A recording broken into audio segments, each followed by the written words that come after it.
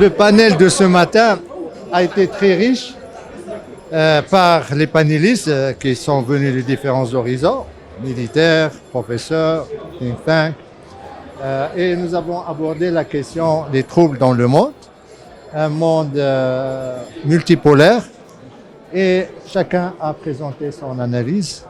À mon avis, nous vivons actuellement dans un monde malade par sa multipolarité. Quand il y avait les deux pôles, il y avait un équilibre. Et les deux grandes puissances arrivaient à s'entendre.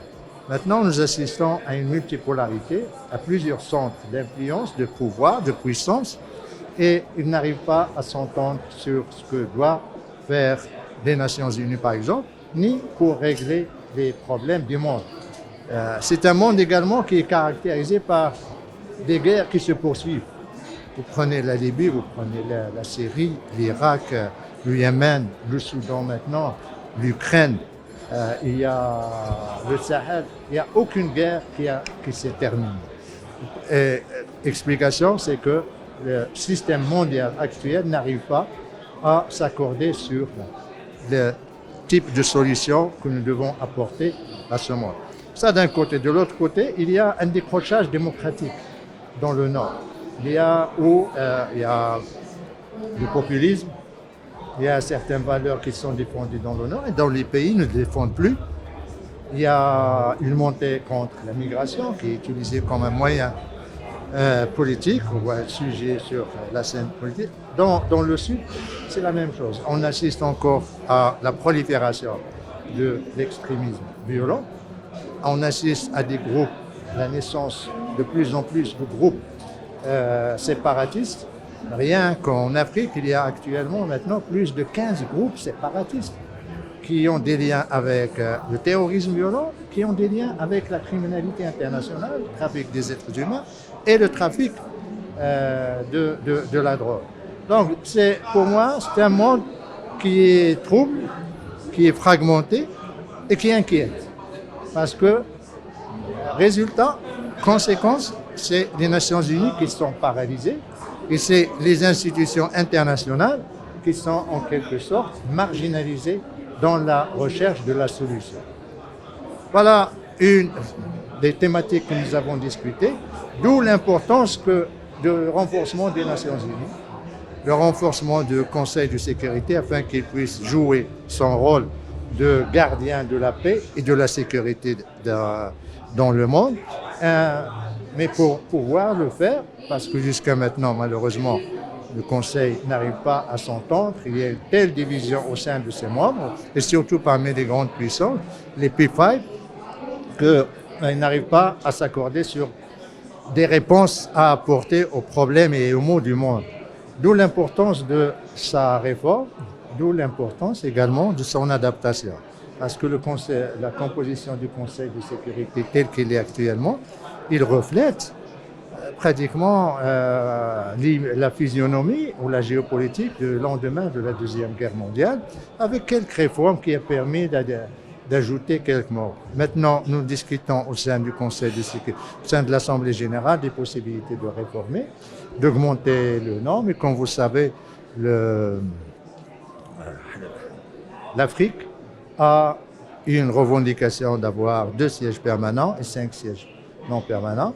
Les membres de l'Assemblée générale ont convenu que l'Afrique a été l'objet d'une injustice et qu'il est temps qu'il soit représenté. Et là se pose le problème, qui représentera l'Afrique? Nous avons besoin, lors de la discussion au sein de l'Union africaine, mais également au sein des Nations unies, de pays qui soient crédibles, de pays qui ont la stabilité politique, qui ont la légitimité, qui ont une histoire, qui ont une civilisation, qui ont une puissance économique, qui ont également une puissance militaire, qui ont également une stratégie de coopération, de solidarité avec les pays du Sud, plus particulièrement avec le continent africain, qui ont une vision, comme le Maroc. Regardez le dernier message de Sa Majesté le Roi, avec une vision vraiment ambitieuse pour l'ensemble de l'Afrique, pas seulement la façade ouest atlantique du continent, mais également un acte de solidarité avec les pays enclavés du Sahel, de l'Afrique centrale, là où il y a le véritable problème. C'est leur donner cette possibilité d'accéder à la mer. Or, le transport est un véritable problème pour ces pays. Et la liberté de mouvement des personnes et des marchandises permettra et contribuera à la prospérité et au développement de ces pays. D'où l'importance de discuter maintenant, au sein des Nations Unies, sur l'éligibilité. Qui sont les pays qui peuvent prétendre ou aspirer à devenir membres du Conseil de sécurité? Parce que discuter de la réforme, c'est une chose, mais la discussion ne doit pas rester dans le bas ou bien dans la discussion diplomatique ou académique, mais également se pencher sur les critères qui doivent permettre et donner le droit à un pays de prétendre devenir membre du Conseil permanent du Conseil de sécurité. Et le Maroc, en tant que membre de l'Union africaine, peut prétendre, selon les critères, selon pratiquement l'ensemble des critères que je viens de citer, et auxquels je voudrais ajouter le rôle que le Maroc joue pour la paix et la sécurité dans le monde, avec sa participation au sein des forces de maintien de la paix depuis pratiquement 70 ans. Nous avons envoyé, avec les Nations Unies, pratiquement une rotation de plus de 100 000 soldats marocains. Nous avons été en Afrique, nous sommes toujours en Afrique. Nous avons été au Balkan, nous avons été en Asie, nous avons été à Haïti. Donc le Maroc a joué, a contribué à sa manière, et surtout avec des actes de courage, il a fait des sacrifices, il a perdu énormément, des dizaines de soldats pendant ces années. Le Maroc, avec tous ses atouts que je viens de citer, peut lui aussi aspirer à devenir membre permanent du Conseil de sécurité, parce qu'il a cet avantage de constance, il a cet avantage de modération de sa diplomatie. Il a surtout la chance d'avoir un roi, un souverain visionnaire, qui a derrière lui 5 siècles de monarchie, qui a derrière lui 10 siècles de l'État marocain national.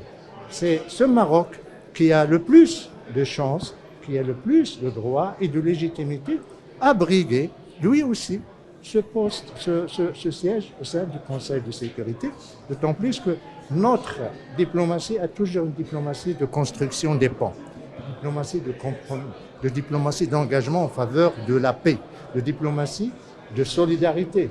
Là où les pays ont besoin du Maroc, le Maroc est toujours là avec son assistance humanitaire, avec son assistance institutionnelle, avec ses accords, le grand nombre, de centaines d'accords que nous avons signés grâce au voyage, dizaines de voyages de Sa Majesté le Roi en Afrique. C'est un modèle de coopération, un modèle de solidarité, et ça nous donne tout le sentiment de légitimité de pouvoir avoir cette ambition. Pas pour nous seulement, mais pour l'Afrique, pour le monde, pour la paix. Et le Maroc a toujours été un acteur de paix, a toujours été un acteur pacifique et a toujours été un acteur qui a joué et continuera à jouer un rôle de construction, un rôle positif et un rôle de stabilisateur et de rapprochement, de modération entre les peuples et les nations. ما تنساش تشترك في القناة وتفعل الجرس باش يوصلك جديد الفيديوهات من هسبريس.